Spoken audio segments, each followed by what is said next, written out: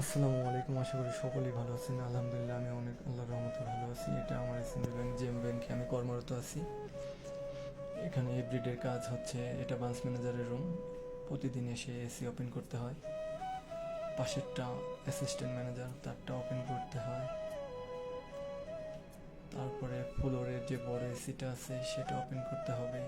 আবার শহরটা এমনিই ঠান্ডা, এর জন্য একটু গরম যেন হয়, এর জন্য পাওয়ার বাড়িয়ে দিতেছি। আরেকটা আছে কাস্টমারের জন্য, সেটাও দিতে হয়। এগুলো ওপেনের পরে আপাতত বাইরের কাজ শেষ। এখন আমার যেটি রুম, এখানে মুদিরদের জন্য গাওয়া তৈরি করতে হয়, কারণ সৌদিরা গাওয়া সবচেয়ে বেশি পছন্দ করে। গরম পানি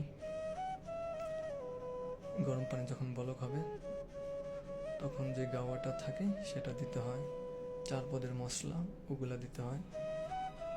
প্রতিদিনই 1 বোতল করে পানি খেতে হয়।